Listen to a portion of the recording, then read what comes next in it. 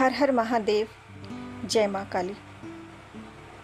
सुमिरन मेरा हरि करे, कहे मूलक दीवाना। संतों का जन्म धरती के जीवन को संवारने के लिए होता है। परमात्मा चेतना उसके माध्यम से मनुष्य रूप में हमारे मध्य उपस्थित होती है।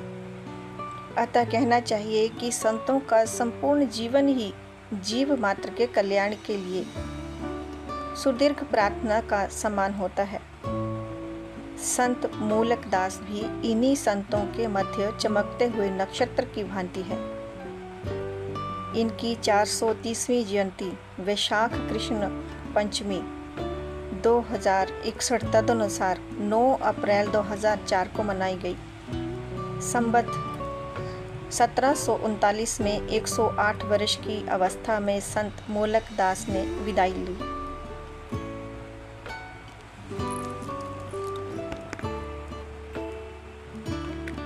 ये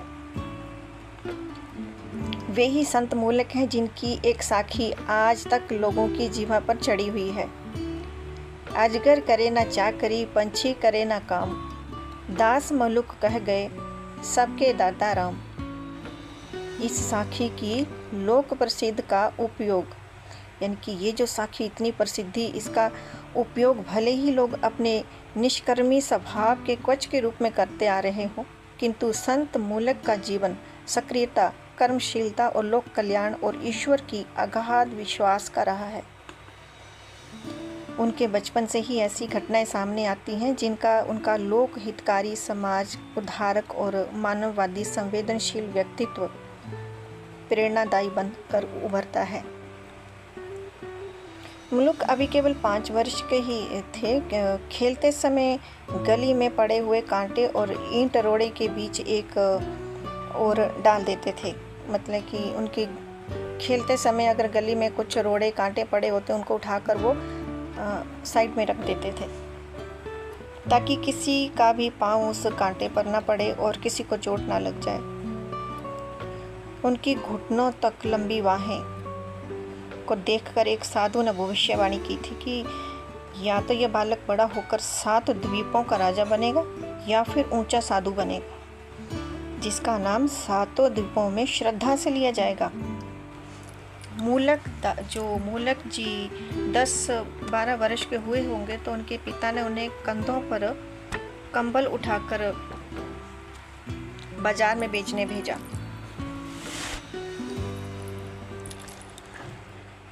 किंतु बालक मूलक वे सब कंबल साधुओं और निर्धनों में बांट आए। वह बचपन में ही बड़े अंतर्मुखी थे। गंगा जी के तट पर चुपचाप अकेले बैठे लहरों और जल के प्रवाह को निहारते रहते थे। ये उनका स्वभाव था।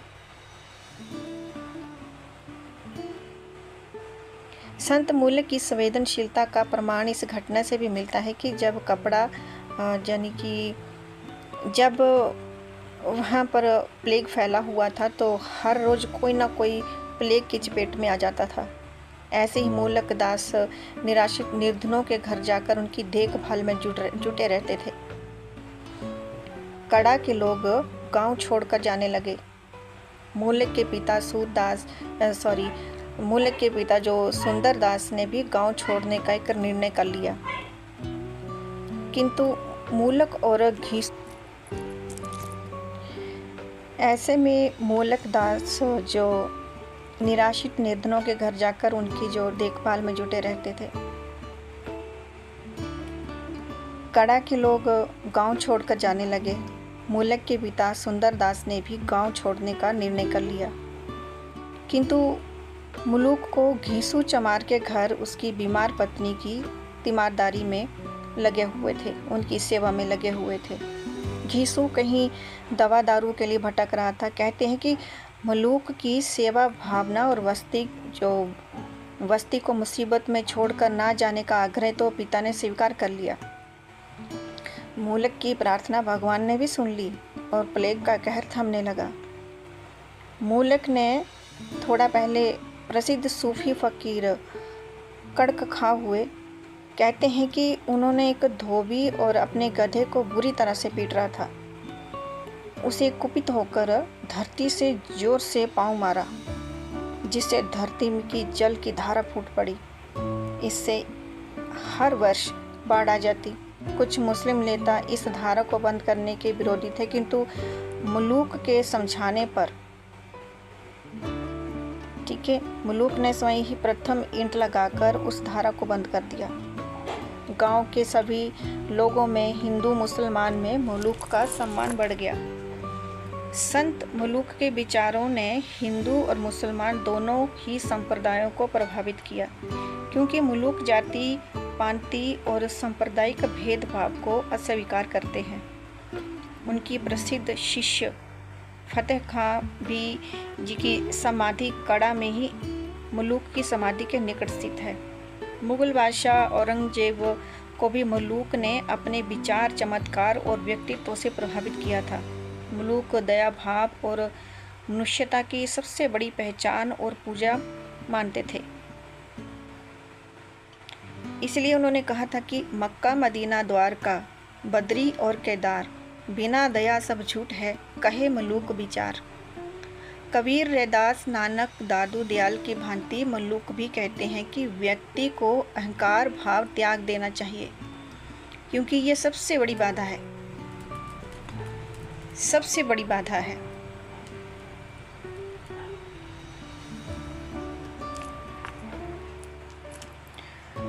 जीव और ब्रह्मा के मध्य इसे त्यागने तथा राम का नाम जपने से ही कल्याण है।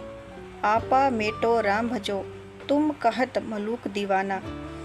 मुलूक तो स्वयं ही मस्तमौला राम नाम का दीवाना था। लोक सेवा में पागल और भाव भक्तिपूर्ण से भरा हुआ एक ऐसा झरना, ऐसा नाम है, अत्यंत संवेदनशील और सतत संबंधित अनुभूति का नाम है। मुलूक कहते हैं कि सब कलियन में वास है, बिना वास नहीं कोई, अति सुख ताप में पाए जो कोई फूली होए। प्रत्येक व्यक्ति को ईश्वर का आत्मा रूपी गंध देकर कली रूप में संसार में भेजा है। इसको फिर दोहरा देती हूँ एक बार। प्रत्येक व्यक्ति को ईश्वर आत्मा रूपी गंध देकर कली रूप में संसार में भेजा है। आत्मा रहित कोई व्यक्ति नहीं है, किंतु अत्यंत सुख आनंद तब प्राप्त होता है जब कोई कली खिलकर फूल बनती है, अर्थात खिलने का अवसर पाकर फूल बनकर अपनी आत्मा रूपी सुगंध लुटाकर जगत को खुशबू से भर देती है। संत मुलूक का साधना पथ भी निर्गुण निराकार ब्रह्मा की उपासना का भक्ति योग है।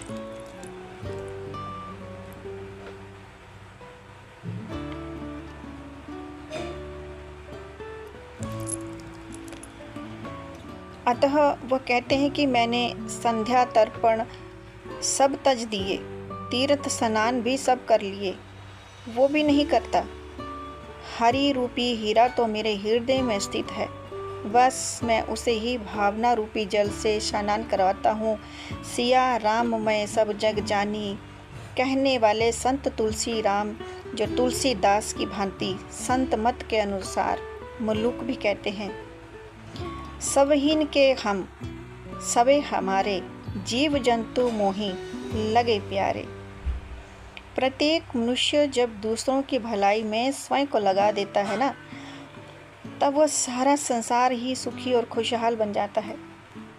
अभी अपने स्वार्थों से घिरा हुआ प्रत्येक मनुष्य जब दूसरों की भलाई में स्वयं को लगा देता है, तब सारा संसार ही सुखी व खुशहाल बन जाता है।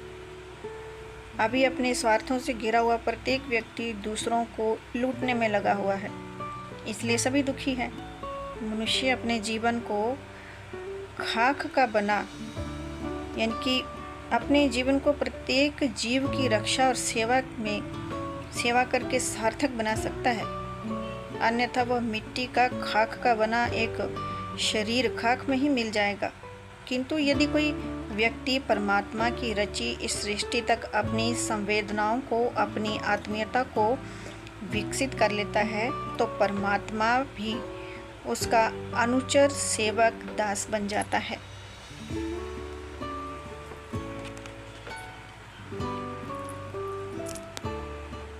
माला फेरू न कर जपो, जीवा भजो न राम, सुमिरन मेरा हरि करे, मैं पायो विश्राम।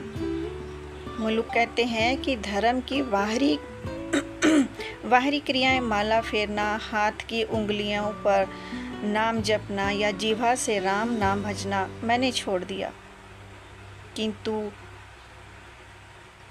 अंतरात्मा से मैं परमात्मा के मिलन से उसमें लीन हो गया। सजग आत्मा रूप में बन गया, सबको अपना मानने लगा। अतः अब हरि ही मेरा सुमिरन करते हैं, मैं विश्राम पा गया हूँ। मूलक का कहना है कि मानव अपने सच्चे मानव धर्म को सार्थक कर ले तो परमात्मा की पदवी भी पा सकता है।